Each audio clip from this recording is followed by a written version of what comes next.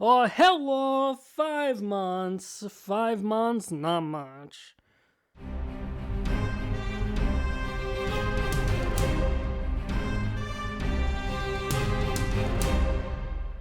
Hello, everyone, and welcome to episode number 66 of Movies Are Awesome, the show all about prison breaks. My name is Nathan Pottle, and thank you for joining me today. Today is another rainy day. Just one more day of rain, and maybe you're sick of hearing me complain about the weather. That's just the small town farmer kid in me who likes to complain about any kind of weather. It's always not in my favor. If I want to go outside and do stuff, it's raining. If I have stuff to do inside, it's really nice out. But for whatever reason, it's just always the opposite like that.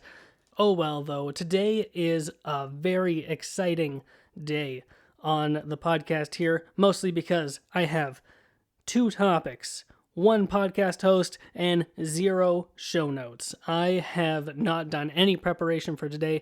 I decided I'm just going to sit down and just say whatever comes to my mind, so prepare for a lot of rambling. And like I said, 2 topics today, so why don't we just talk about them? The first of 2, the more exciting of the 2 in my estimation, is that I went back to movie theaters. I went and watched a movie, and it was wonderful. I did mention it last week that I was going back to the theaters, and I did last Friday. My wife and I went to the theater in a post-COVID world, or maybe not post-COVID, but during COVID world. And so we went to the theater, and we sat down and we watched a movie. And we did watch Emma for the second time. Hopefully we get some new releases soon. Christopher Nolan's Tenet got pushed back an additional week, sadly. But that's just how it is here with the COVID and all this other stuff going on. So anyway, we went to the theater, and I just want to talk about that experience for a little bit because it was quite a bit different. So there were not that many showtimes to pick from, and the showtimes were very staggered. And I think that the goal there is to have the fewest amount of people in the lobby as possible, and that's really good. Trying to get people to social distance by timing when they're coming in to see their movie. There is no box office, so you have to go to the theater already having bought your tickets. You got to have them on your phone. All the auditoriums are now reserved seating, which I've been wanting for a really long time. Every single auditorium should have reserved seating. When you go to a sports event, you do reserved seating. When you go to a live production or a concert or whatever, it's reserved seating. So why shouldn't a movie theater be that way too? It just makes complete sense to do things this way. So we bought our tickets ahead of time, and then from there we went into the theater. So Cineplex does not require its guests to wear masks while going to the theater. It's an option of whether you want to or not. My wife and I made the decision to not wear masks because we figured not that many people would be going to the theater, so we're not interacting with people that much. And anyone that we are interacting with is behind a big plastic screen behind the concession anyway. So we figured the mask wasn't a big deal. We did have our masks with us, though, in case someone caused a fuss or whatever, saying you should be wearing masks because you're going to kill everybody. So in case someone felt that way, we did have our masks with us, but we didn't talk to anybody. We talked to the guy who scanned our tickets, and then we talked to the guy who sold us our snacks. So we walked in, and it's just completely empty. There's nothing going on in the theater here. Places are roped off, and there's arrows and little social distancing stickers on the floor, which I'm sure everyone is familiar with at this point. But we walked up to the concession. There was no one in line. We walked right up. Talked to the guy, we got our drinks, got our snacks, and then we went into the auditorium. Now, I think auditoriums, from my understanding, have been narrowed down to 30% capacity, or approximately that much. So the auditorium we were in, I think its capacity was about 200 people, and the seats available when I went to buy the tickets, it's 60 or 80 somewhere in that range. I can't remember exactly. Like I said, I did no preparation for today's episode. But anyway, we went inside, and it was surprisingly full. Of the seats that were available, I think over half of them were taken. There was easily 30 people watching this movie with us. But what was nice is that you could only watch movies in pairs. So if you have a group of more than 2 people, you're not all sitting together. You have to divide yourselves up. which I guess can be kind of a letdown if you're going with a large group. But if you're going to watch a movie, you shouldn't be talking to the people you're with anyway. So it doesn't matter if you're sitting next to them or 3 seats over. It shouldn't matter. But anyway, we were in there, and so the 2 seats that we were in, and then on 3 seats next to me were empty, and then the 3 seats next to my wife were empty, and then there's 2 more, and then 3 empty, and then 2 more, and then 3 empty. And then the seats directly in front of me and directly behind me are empty. Those were not able to be reserved off. And so you had a nice little bubble around yourself from just no one sitting around you, which I really, really enjoyed. Like, that kind of experience is what really cements the movie theater watching theater going experience for me. Just because I don't want to be crammed in next to people I don't know. I want to be able to sit and stretch my legs out a little bit and relax and watch the film and just be immersed in the theater experience. And often the thing that takes me out of the theater experience is other people. So I really, really enjoyed having that extra space around me. If you're familiar with either Cineplex's VIP system or even the way Landmark does their theaters as well, you're in large chairs, and so there's lots of space between you and the next person.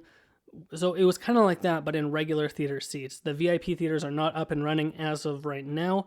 I think they're going to be as part of Cineplex's quote-unquote stage 2 of reopening. I'm looking forward to going back to that again because I really like the VIP experience of ordering all my snacks and things right from my chair, and they bring it to me, and I lean back and I enjoy my movie, and it's a great time. But anyway, then we watched the movie, and the movie is good. It was like we'd seen it before, so there was nothing new or exciting, but it's a good movie. If you haven't seen Emma, you feel free to check it out. It's good, or even feel free to check out my review on Emma. I did that episode back in March, and it was actually the last movie we saw before Cineplex closed down because of COVID. So it was the last movie we saw, and then here in June, which I guess this episode comes out in July, and then in June, when going back to theaters, we watched Emma again. So it was our last and our first. And I kind of like bookending it that way with the same movie. But hopefully soon we get some new product. I think Mulan is supposed to be coming out, as well as Christopher Nolan's Tenet and some other movies. So I'm hoping that I can get some 2020 releases. Like, I've been doing reviews the last few weeks, but it's been of 2019 releases that I just hadn't got around to seeing yet. I'm hoping we can get 2020 movies reviewed as soon as possible. And you know what? Even though I haven't seen that many movies from 2020, the more I catch up on movies from 2019, the more it's cemented in my mind that 2019 was actually a pretty good movie year. You know, between Parasite, Jojo Rabbit, Knives Out, Little Women, Beautiful Day in the Neighborhood. Blanking on other movies right now. But 2019, it was not bad. Certainly not the best year of movies, but by far away from the worst year of movies in recent memory. Actually, 2020 is a pretty bad year for movies just because there's nothing out. I can't watch anything. I don't want to watch Trolls World Tour at home. I want to watch Tenet in the theater. I want to watch Dune when it comes out in December. At least I hope it still comes out in December. If it gets pushed back, I'm going to be one sad individual because I'm so looking forward to Dune. I actually bought the book just the other day, so once I finish reading the series that I'm on right now, I'm probably going to read Dune. Very excited to read the book and then watch Denis Villeneuve's film when it comes out in December. But circling back to watching Em in the theater, when the movie was over, people got up from their seats, we filed out. We made sure to stay socially distant from everyone who was around us in the auditorium, and then we walked back towards the lobby so we could exit the building, at which point we were told by one of the managers that, hey, we can't go this way, we have to exit through one of the side exits on the end of the long hallways. So whatever hallway you go down to go check out your movie, you gotta leave down that hallway. So just so that you know, if you go check out a movie at Cineplex or Landmark or wherever you like to watch movies, that you probably have to exit out of somewhere that is not the place that you came in. And that makes sense. That decision I understand. It's not a problem at all. So we turned around, we walked back, and we left, and we went home. And I was so happy to finally be back, reunited with my dear friend Cineplex. And that's pretty much it about that topic. I don't know if I have anything else to say about it, just other than repeating the fact that hopefully we get some new movies soon, and I get to go watch them, and then I get to review them. I really enjoy doing that. I like talking about the diversity of film and different movies that are coming out and seeing its merits and its weaknesses and discussing all of those things. I like that a lot. I'm currently jobless, and I'm hoping I can find something, like, if someone wants to pay me to review movies, I would be happy to do that. You just give me money and I'll talk about movies. If I can somehow figure out how to make that a viable job, that's what I want to do. Unfortunately, though, I don't think that's going to happen, at least not for a little while. Probably because I'm too young for people to take seriously talking about movies. But who knows? Why don't I just, instead of talking about my dreams of reviewing movies for money, why don't I just review a movie for free right now? Last week, a little earlier this week, I think it was on Monday, I watched Little Women, which is directed by Greta Gerwig and was released last year. It was nominated for Best Picture. It had a few other nominations as well. I think some performance nominations. But because I didn't watch the Oscars, I don't remember. I got complicated feelings about the Oscars. If you want to go back and listen to my episode Giving Up on the Oscars, I explain all that there, so I'm not going to reiterate that information here. But Little Women was a good movie. I liked it quite a bit. The entire cast, aside from Meryl Streep, was really great. I got a whole thing about Meryl Streep. I don't like her very much. I think she's completely overrated. Everything that I see her in is just Meryl Streep. It's hard for me to see her as different roles. She's just Meryl Streep. There's nothing exciting. There's nothing different. She doesn't do anything. Like she's just kind of the same in every movie. She doesn't seem very diverse to me. And so I think she's supremely overrated. A lot of people really like her, and that's totally fine. I just don't like her that much. For whatever reason, they keep giving her roles in movies where she has to sing a song, and she just can't sing. Stop doing that. Stop giving her roles where she has to sing a song. Stop it. Why is this happening? I can think of 4 movies where she sings, and she shouldn't do that. It's not in her wheelhouse of performance. So, whatever. The rest of the cast, though, is great. Especially I want to name drop Timothée Chalamet. Now, I've seen Timothée Chalamet in only a couple of other movies, but I didn't really like him. Primarily, he is in Lady Bird, and probably because the character he plays in Lady Bird, also directed by Greta Gerwig, is just a dirtbag of a person. Like, he's a sleazy, greasy, person I just don't want to be around and don't like when he's on screen. So I think that's part of the reason that I really didn't really like Timothée Chalamet that much. I didn't see anything of value that he had to offer. And then I have not seen Call Me By Your Name for personal reasons. I'm not going to watch that movie. So when he was announced as being the main character of Denis Villeneuve's Dune, which is coming out in December, that's like the only part of the movie I'm apprehensive about, because I was like, Timothée Chalamet, don't like that guy that much. But seeing him here in Little Women really turned me around. He was likable, he was charming, he was performing. It was a good performance, and I liked it a lot. So all of the legions of women who are all about Timothée Chalamet right now, I can kind of see where you're coming from. When I see Dune, I will see if I'm more convinced and brought on board with him as an actor. But until then, I'm still kind of on the fence. However, after watching Little Women, I do feel a lot better. If you're not familiar with the story of Little Women, just kind of bouncing back and forth here. I said this was going to be rambling. Going into the story of Little Women, it's just about these 4 sisters and their life. And that's about it. It's kind of like a slice of life. There isn't really a plot going on here. It's one of those stories where just like things happen and you experience it and then it's over and you're like, oh, well, that was entertaining, and then you go home. Except when I watched Little Women, I was already at home, so I just turned the TV off and went upstairs. I did like this movie, though. It's got Saoirse Ronan. I've heard a bunch of different pronunciations on how to say her name. The most often I've heard it Sasa or Sorsay. It's one of those weird out there Irish names that are just really hard to pronounce. There are some crazy, crazy Irish names, and just they're a jumble of letters, and then you pronounce it not in any way that those letters normally make sounds. It's crazy. I'm not about those Irish names, which I'm sorry if you have one of those names, but I am not going to be able to pronounce it. I'm very, very sorry. But anyway, she plays the main character of Jo. Emma Watson is also in this movie. She plays the oldest sister. I don't know her name. and then there's another sister named Beth and another sister named Amy, maybe. I'm like these, like I've said before on the show, I do not remember character names. Laura Dern is in this movie. She plays the mom, and I love Laura Dern. She is just she's a delight every time I see her. Can't remember the name of Timothée Chalamet's grandpa, but he is also pretty great in this movie. He's like, normally he plays like a villainous bad guy, but here he's just like a cheerful old man who's sometimes a little bit salty, and I like him.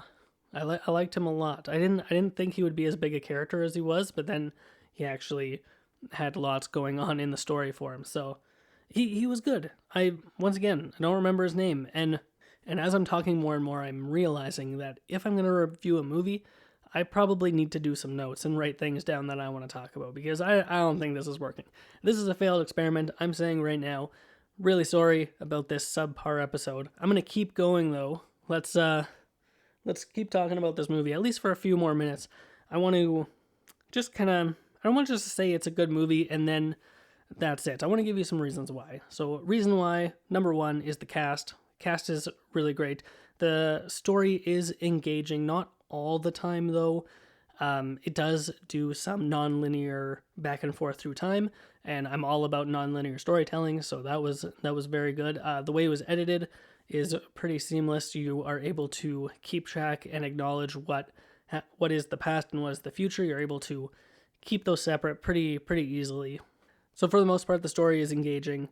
The performances are pretty good, especially Saoirse Ronan and Timothée Chalamet. I enjoyed those two quite a bit. Laura Dern is great as well in this film. And also, I don't think I really talk about it enough in movies, but the production design of this movie is really good. It takes place in the 1860s during the American Civil War, and so all the costumes and the set design really makes you feel like you're in that time era. It feels authentic.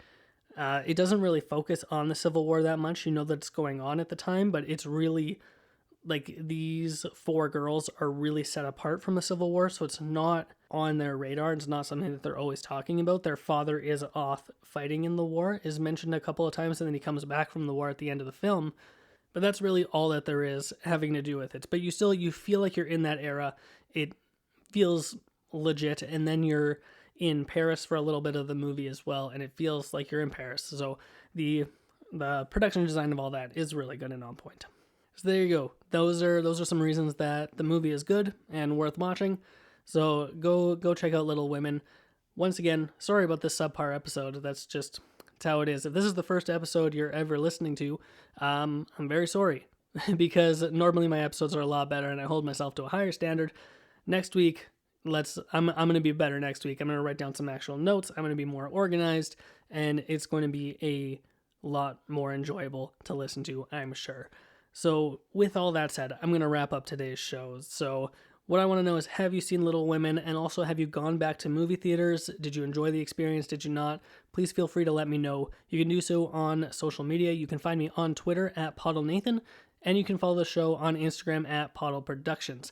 If you have not done so, please feel free to subscribe to the show. You can do so on Apple Podcasts, Google Podcasts, Spotify, and a whole bunch of other places. All of that information is in the show notes below. You can check out. Thank you so much for listening to today's episode. It really means a lot to me, especially because today is not a very good, strong episode like I normally like to try and achieve for. So thank you for sticking around to this point of the episode. And, of course, as always, if you have nothing else to do, go watch more movies.